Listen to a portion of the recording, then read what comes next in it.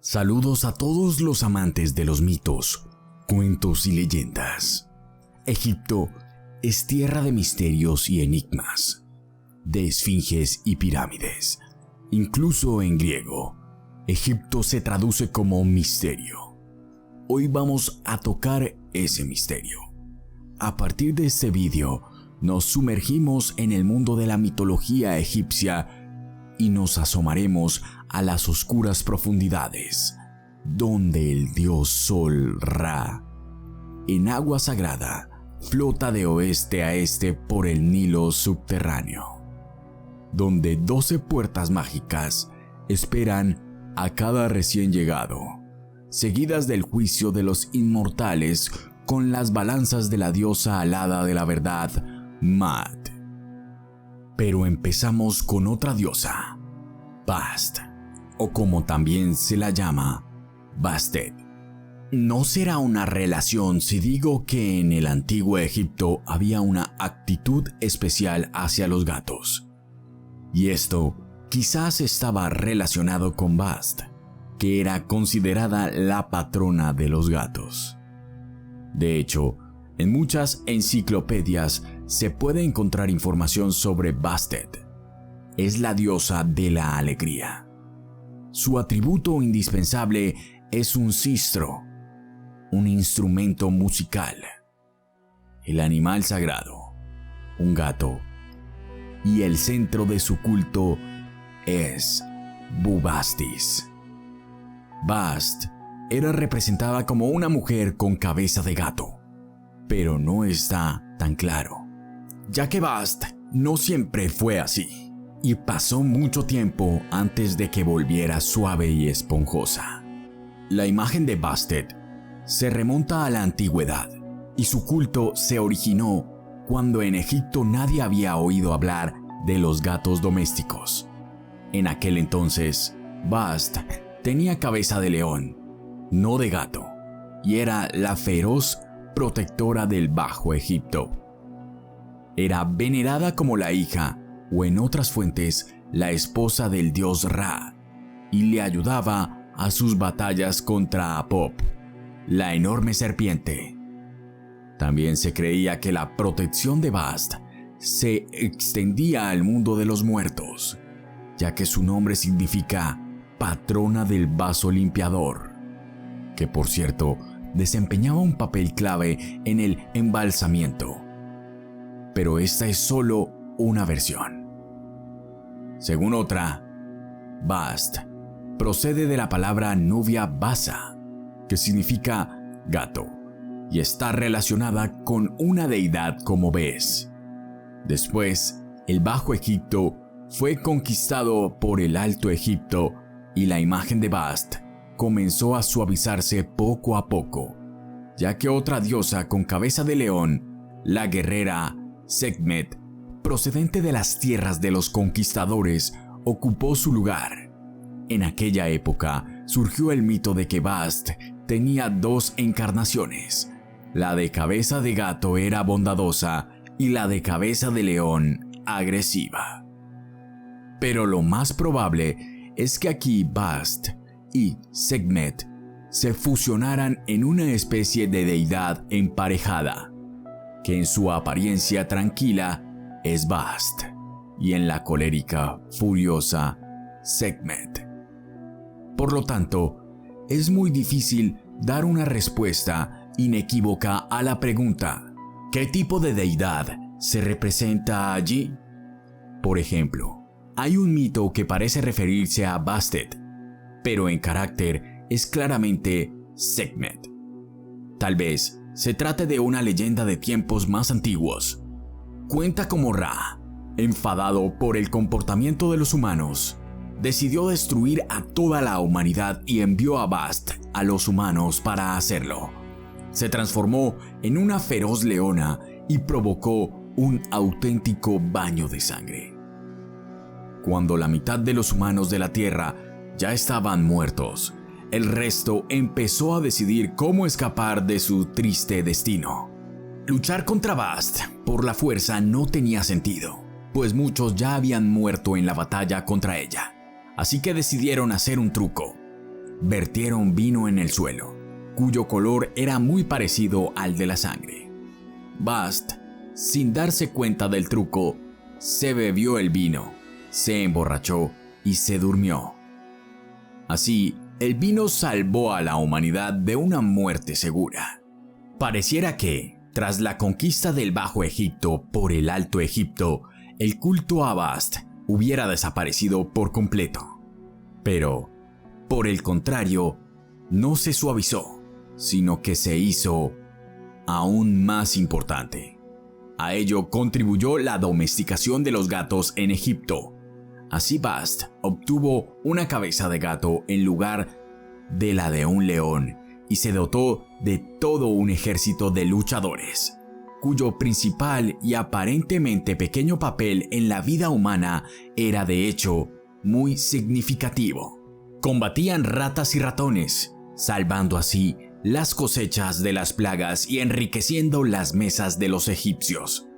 Además, más de una vez protegieron a sus dueños y a sus hijos de las serpientes. Probablemente por eso Bastet pasó a ser venerada por ellos como la diosa protectora del hogar, la fertilidad, la familia y los niños. Como ya he dicho, el culto a Bast adquirió más significado, aunque difería mucho del original. Adquirió nuevos atributos. Por ejemplo, uno de los símbolos importantes eran los 4 gatitos que se representaban en sus pies. Simbolizaban su fertilidad, el patrocinio de los niños, las madres y los gatos. Y la fertilidad en la conciencia mitológica es universal. De ahí que no solo el grano esté bajo la tutela de Bast, sino también su poder sexual. La mayoría de las veces, Bast era representada en 2 posturas, de pie y sentada. Además, sentada solo tenía forma de gato, sin ninguna otra apariencia. Además, si antes Bast solo era venerada en el Bajo Egipto, ahora toda la tierra egipcia se convertía en su legítima posesión. Era respetada y venerada por todos los estratos de la sociedad, pero los gatos, encarnación viviente de la diosa en la tierra, debían ser mencionados aparte. Por ello, había una actitud especial hacia ellos. No eran simples mascotas, sino miembros de la familia. Creo que eso es cierto para muchos en el mundo moderno.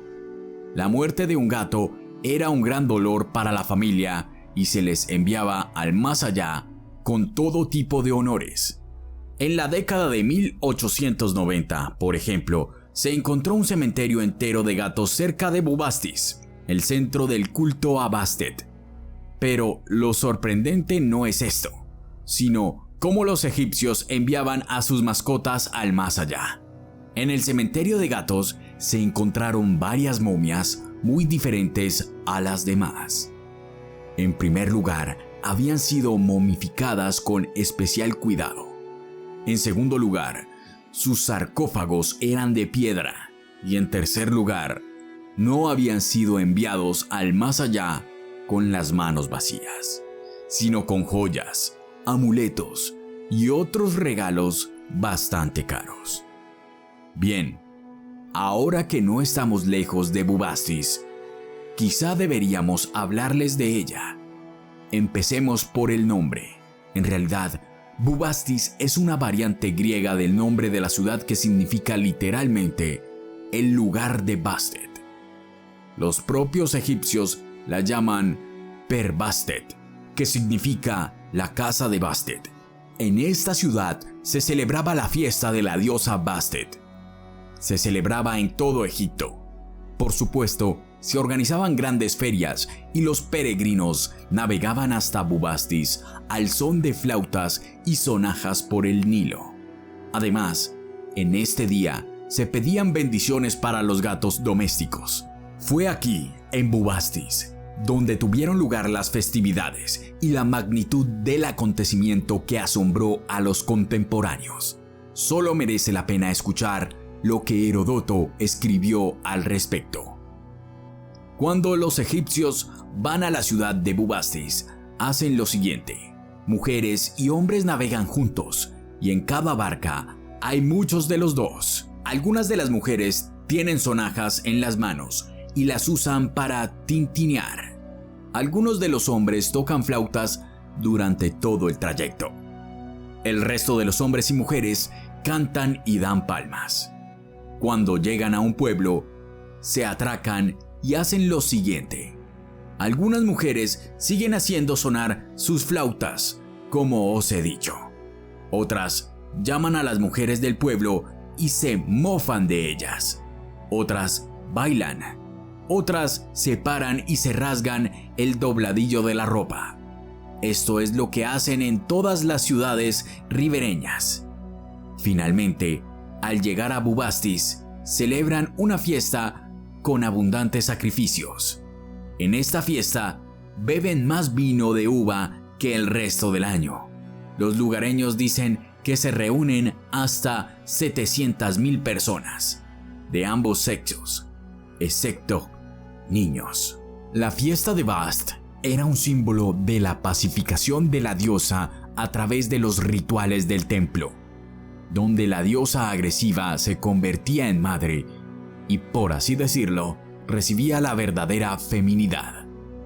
Pero lo que elevó a Bastet eventualmente la destruyó, por supuesto, a través del tiempo. Así Egipto fue conquistado primero por Alejandro Magno, pero eso no dañó tanto a Bastet. Los griegos simplemente correlacionaron a Bastet con una diosa de la casa Artemisa y la llamaron Bast Ailuria, que en griego significa gato. Por cierto, existe la teoría de que fue en esta época cuando Bast recibió una segunda T, que la convirtió en Bastet. Esto se hizo porque bajo la influencia del griego, Bast empezó a convertirse en Bas, es decir, le faltaba la T del final.